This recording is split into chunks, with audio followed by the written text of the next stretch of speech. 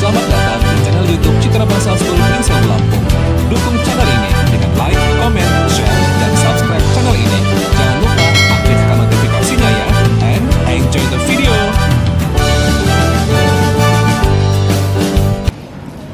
Selanjutnya, nah, fenomena ini terutama di 2020 ke atas sampai saat ini, fenomena yang saya sebutkan tadi itu banyak terjadi, gitu. Sampai akhirnya netizen teman-teman yang aktif di media sosial itu mengeluarkan istilah penurunan fungsi kognitif, salah satunya fokus itu dengan istilah brain rot, gitu ya. Nah, brain rot itu sendiri sebenarnya bukan istilah baru seperti Miss Cia bilang tadi, itu bukan istilah baru sebenarnya brain rot itu. Cuma di tahun 2004 istilah brain rot ini viral, banyak yang menggunakan sampai dinobatkan menjadi word of the day, ya, brain rot. Istilah brain rot sebenarnya itu sudah muncul dari tahun 1845. Ada seorang penulis namanya Mr. Henry, ya kalau tidak salah, Henry David, itu menulis bukunya yang berjudul Walden. Walden kalau dari kata dasarnya itu kan kayu, ya, gitu. Jadi dia membahas tentang kehidupan dia di tengah hutan di Inggris. Dia mengkritisi kehidupan pada tahun itu, pada zaman itu yang mulai semuanya industrial, meninggalkan konsep alamiah manusia yang tadinya menyatu dengan alam. Ya, kalau zaman dulu itu istilahnya itu berburu, ya, bercocok tanam, kemudian mengumpulkan makanan dari alam, hidup berkelompok, gitu. Nah, pada saat itu kehidupan sudah mulai beralih ke industrial, sampai akhirnya si Henry ini menulis kritik terhadap dunia pada saat itu. Dia ada statementnya di buku itu yang menyatakan pada saat itu Inggris itu tuh lagi fokus-fokusnya untuk mencari cara di mana supaya tanaman-tanaman pokok mereka kan kentang, ya, kalau dasar karbonya mereka kentang, itu supaya tidak mengalami pembusukan, gitu. Segala cara industri penelitian dikembangkan untuk mengembangkan teknologi makan, sampai akhirnya kalau kemudian kita tuh lupa manusia. Ada lagi yang lebih parah pembusukan itu yang nggak bisa dihindari nanti ke depannya, yaitu otak. Dan inilah yang terjadi saat ini, gitu. Ketika manusia hidup larut dengan kemajuan teknologi sampai lupa dengan, kalau dalam istilah kita maksud fitrahnya manusia. Jadi kita larut dengan teknologi, segala kemudahan, nggak perlu keluar rumah, makanan datang, nggak perlu beres-beres rumah, bokeh datang, atau panggil mbak, gitu ya, beres-beres rumah. Anak kita meniru itu. Udah sih Mak, udah sibuk, fokus aja, gitu ya. Itu ayam itu loh, ayam crispy, chicken bla bla bla bla, itu lebih enak, gitu. Akhirnya tergerus lah nilai-nilai dasar fitrahnya manusia ini, gitu. Itu yang sebenarnya sudah dikhawatirkan oleh Mr. Henry. Jadi brain rot ini banyak dialami atau viral ini di kalangan Gen Z dan Gen Alpha. Di sini Gen Z ada ya?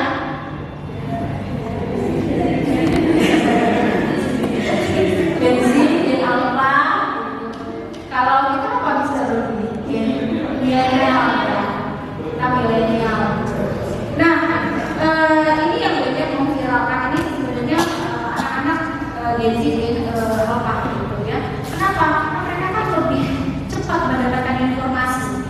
Sehari-hari itu mereka mainannya handphone. Dari medsos itu mereka mendapatkan sumber informasi. Nanti kalau kebanyakan nonton video-video pendek FYP itu di medsos A, B, C, nanti kamu bakal brain rot, pembusukan otak, bla bla bla. Cepat sekali ini berkembang, gitu. Tapi pada dasarnya brain rot ini jarang loh istilahnya, Bapak ini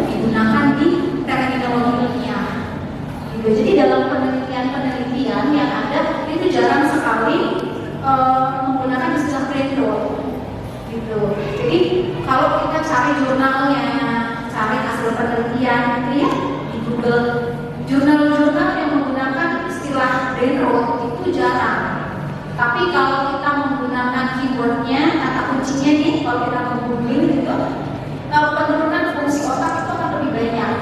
Jurnal-jurnalnya muncul, penelitian terbaru itu akan muncul. Karena istilah ini memang baru yang viral, baru banyak digunakan itu di setelah pandemi. Bahkan baru di 2024 itu dikembangkan masuk ke dalam kamus bahasa ya dari Oxford. Nah, intinya brain rot itu apa? Brain rot itu adalah penurunan fungsi otak. Seperti tadi Miss Gia sudah jelaskan, otak yang tadinya udah bagus sih, berfungsinya optimal. Karena apa optimal? Karena dari bayi, bahkan dari dalam kandungan, bundanya udah ngejagain banget nih, waktu hamil, makanannya yang sehat, terus setelah lahir dikasih ASI, yang pastinya juga yang bergizi, sampai usia 5 tahun, bekalnya pun kalau ke sekolah itu 4 sehat 5 sempurna lah, gitu ya, jarang jajanan-jajanan. Pas masuk SD, wah, udah bisa warung sendiri, ya, jajanan udah bervariasi, bukan cuma dari dapur orang tuanya atau mama-mamanya, tapi sudah dari warung, makanan-makanan yang kemasan. Gitu. Kemudian udah makin pintar, ngecek-ngecek HP. Kalau ayah bundanya kerja di rumah, udah mulai nih cari trik gitu ya, yang salto-salto lah, guling-guling gitu kan, biar dikasih HP. Dan akhirnya udah mulai banyak terpapar, baik itu dari makanan, dari kebiasaan-kebiasaan yang kurang baik. Ini yang membuat akhirnya fungsi otak yang tadinya sudah oke, sama bunda udah dijagain banget, fungsinya mulai menurun. Itu yang disebut dengan brain rot, penurunan fungsi kerja otak, ya. Nah, penyebab utamanya apa nih penurunan fungsi kerja otak? Kalau dalam istilah brain rot yang viral di kalangan Gen Z ini salah satu penyebabnya itu karena paparan video-video singkat. Perhatiin deh, anak-anak kita di rumah itu yang mereka tonton apakah film Nusantara, Upin Ipin? Iya, nonton itu. Tapi selain itu ada kan ya? Iya, video-video singkat berapa menit? Ya, cuma semenit, bahkan detik. Paling lama 3 menit gitu. Singkat-singkat gitu. Ketawa gitu. Atau enggak tiba-tiba marah-marah. Atau ketakutan karena yang dilihat video prank pocong. Kan ya?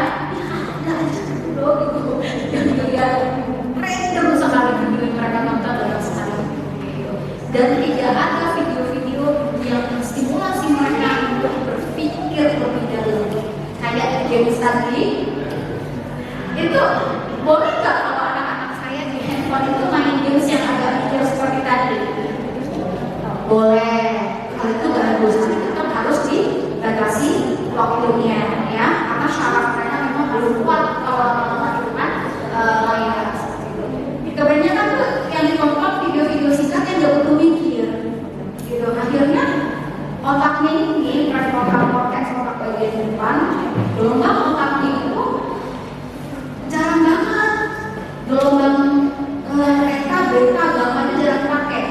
Beta, gamma itu gelombang otak yang biasa kita pakai kalau kita belajar, menyelesaikan masalah, menyelesaikan soal, olahraga, itu yang dipakai tuh gelombang itu.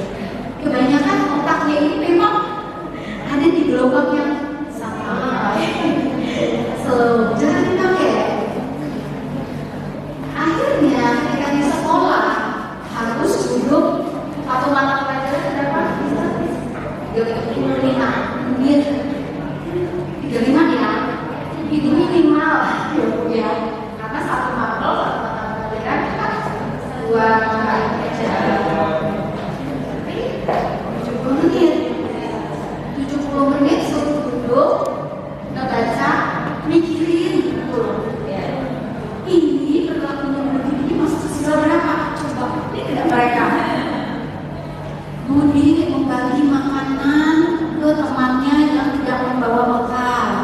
Itu termasuk pengamalan sila keberapa ya?